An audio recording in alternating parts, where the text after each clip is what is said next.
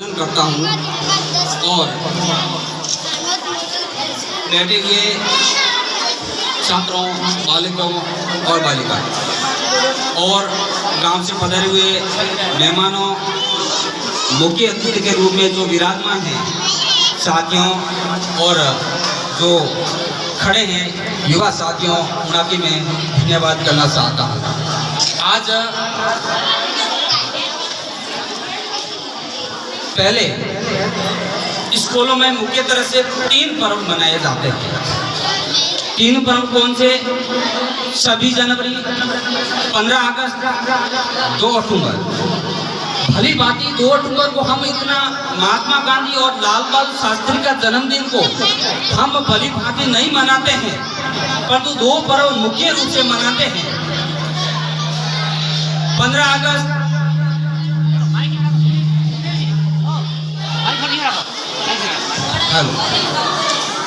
15 अगस्त 1947 को जब भारत देश हमारा आजाद हुआ था, मुगलों का शासन था, ब्रिटिश राज्य का शासन था। उस समय मुगलों का शासन हमारे भारत पर था, तो बहुत वीरों ने, लाल बहादुर शास्त्री, भगत सिंह, सुखदेव सिंह, महात्मा गांधी, लाल बहादुर शास्त्री ने, तमाम वीर यादों ने अपनी बलिदान देकर इस भारत देश को मुगलों से, मुगल राज्य से अलग किया और उसको आजाद किया। फिर ये धीरे धीरे आजाद तो हो गया, अब सिस्टम हो गया कि उसमें कानून व्यवस्था नहीं है। वो कैसे किया जाए? कानून व्यवस्था 26 जनवरी 1950 को कानून व्यवस्था लागू हुई। उससे पहले कानून व्यवस्था नहीं थी। कानून व्यवस्था कौन सी? हमारे को स्कूल में पढ़ने की कानून व्यवस्था, हमारे को बैठने की कानून व्यवस्था, हमारे को बोलने की कानून व्यवस्था, तमाम कानून व्यवस्थाओं, हम पहले कानून व्यवस्था नहीं थी। उसके बाद में जो कानून व्यवस्था लागू हुई, उसके मार्गदर्शन में आज हम इस कानून के रूप में हम चल रहे हैं। सबसे पहले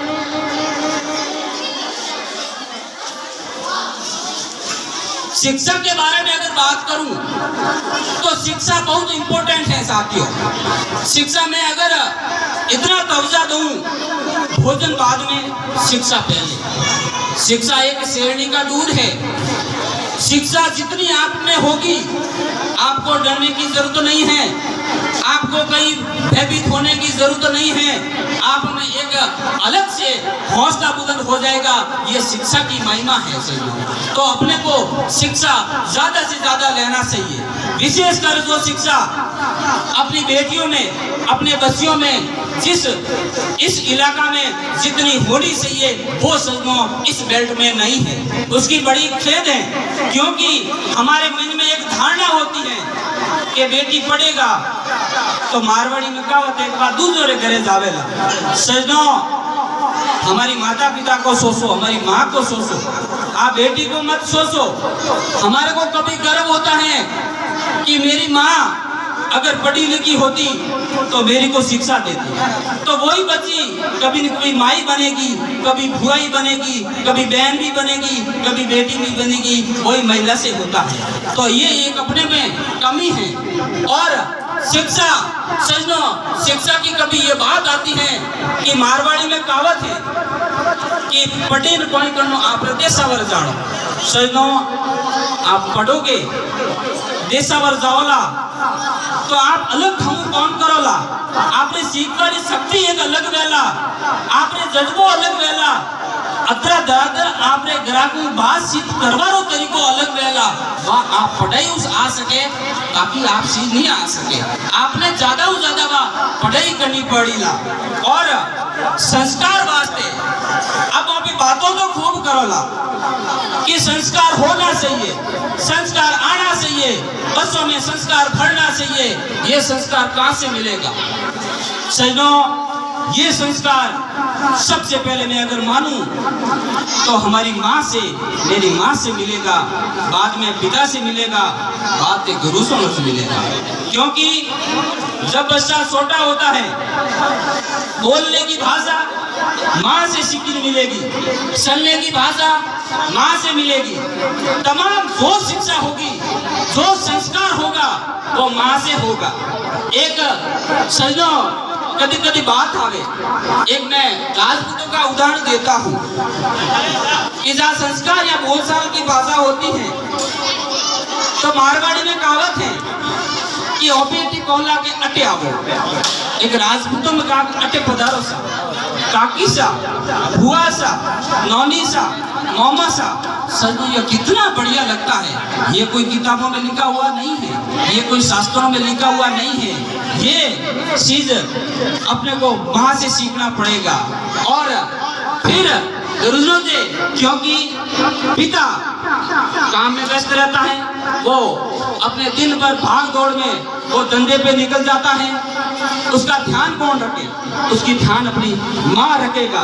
उसके बाद में स्कूल भेजते हैं, गुरुजनों के ध्यान रखेगा। फिर वो घर पे आता है, बच्चा भड़कता है तो बात करते हैं कि गुरुजनों ने वो कर दिया। अरे सजनों, गुरुजनों तो 6 घंटा आपके पास रखा है, उससे ज्यादा तो अपनी माँ के पास था। अब आप ध्यान नहीं रखते हैं तो गुरुजन कैसे ध्यान रखेगा? वो तो अपने माँ बाप को, पिताजी को ध्यान रखना पड़ेगा।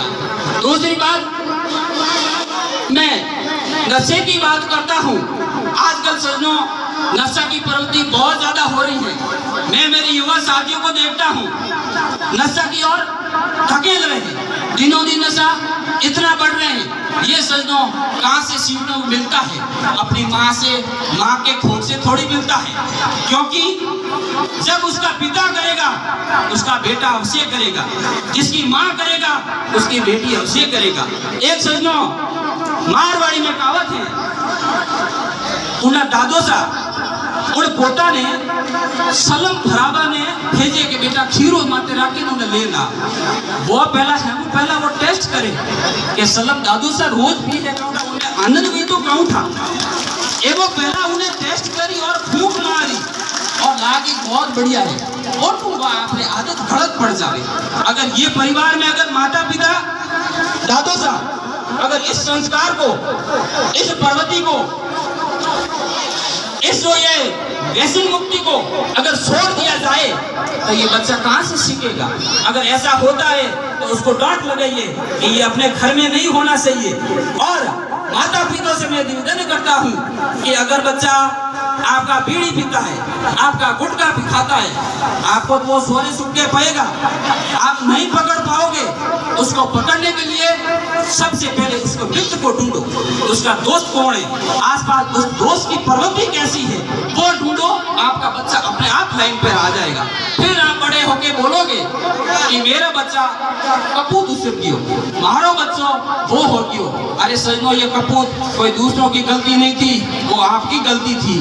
आपने ध्यान नहीं दिया। अगर ध्यान देता होता तो ये पगों पे, पैरों पे कुल्हड़ी कभी नहीं मारी होती। उसके कारण दूसरों को दोष देने से कोई बढ़िया नहीं है। और दूसरी बात ये करूंगा कि पर्यावरण हमारा दिनों दिन नष्ट होता जा रहा है, पर्यावरण का हताश हो रहा जा रहा है, गौ माता की कटनी हो रही है। तो उसके लिए एक बच्चे नियम बना दे कि अगर आपको एजुकेशन पढ़ना है, अगर आपको उच्च शिक्षा हासिल करनी है तो एक नियम बना दो। जब तक नियम नहीं बनाओगे तो आप आगे नहीं बढ़ पाओगे। जैसे एक छोटा नियम हो गया कि सुबह उठेंगे, स्नान करेंगे, भगवान की पूजा करेंगे, उसके बाद हम विद्यालय आएंगे, उसके बीच में थोड़ा सा एक टॉपिक भगवान के नाम पर, धर्म के नाम पर डालो। आपके पास इतना बजट नहीं है, आप धर्म नहीं कर सकते हो, पर घर में जितनी रोटी है, आधी रोटी गाय को खिला दो, आधी रोटी कुत्ते को खिला दो, और थोड़ा सा, मैं तो कहूँ कि 100 ग्राम 50 ग्राम बाजरी का या गेहूं का जो होता है वो आप कबूओं को दिया जाओ। ये आप धर्म कीजिए। फिर आपकी पढ़ाई कब बातें होती है, ये आपको नित्य कर्म करना पड़ेगा। जैसे पढ़ाई करते हैं वो उसके बीच में ये लीजिए, तब ये हमारी धर्म की रक्षा होगी, आपकी आदत ही होगी, आपके मार्गदर्शन आपको कम से कम अच्छा मिलेगा, आप बुद्धिमान बनोगे, आप संस्कारी बनोगे। ये आपको करना बहुत जरूरी है, क्योंकि ये आपकी सीखने की जो प्रवृत्ति है, जो अभी स्टार्ट है,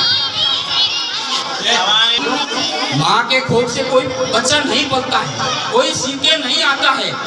1 से 5 के बीच में बच्चा शैतान होता है। 5 के बाद में बच्चा धीरे धीरे 8वीं में आता है तो गुरुओं की बात मानता है कि सही गुरु ने क्या कहा। पहले तो अपने को जो 1 से 5 के बीच में जो कहा वो सही है। 10 के और 15 के बीच में वो फिर कॉलेज और 12th और उसमें आ जाता है तो उस पर तरंग वितरण का मालूम होता है। फिर 15 से 25 के बीच में जो बच्चा बिगड़ता है उस समय बिगड़ता है, नशा की प्रवृत्ति हो जाता है। अपने मार्ग को हटने के लिए 15 से 20 वर्ष के बीच में जो 10 साल आयु है वो बहुत इम्पोर्टेंट है। वो बच्चे को संभालना बहुत जरूरी है। बाकी तो विद्यालय के बारे में बहुत अच्छा कहूँगा कि जो बच्चा डांस कर रहे हैं, जो नृत्य कर रहे हैं वो बहुत शानदार है। क्योंकि सजनों इतना प्रोग्राम करने के बाद बहुत सारे अध्यापकों ने मेहनत की होगी, तब ताल से ताल मिला होगा, नहीं तो ये संभव नहीं है। ऐसी करके ये अच्छा लगता है क्योंकि कहा है कि चारे छारे जहाँ से अच्छा हिंदुस्तान हमारा, ये हिंदुस्तान हमारा है। धन्यवाद। इन्हीं की वाणी के शब्दों में मैं स्नान करूंगा। जय हिंद, जय भारत।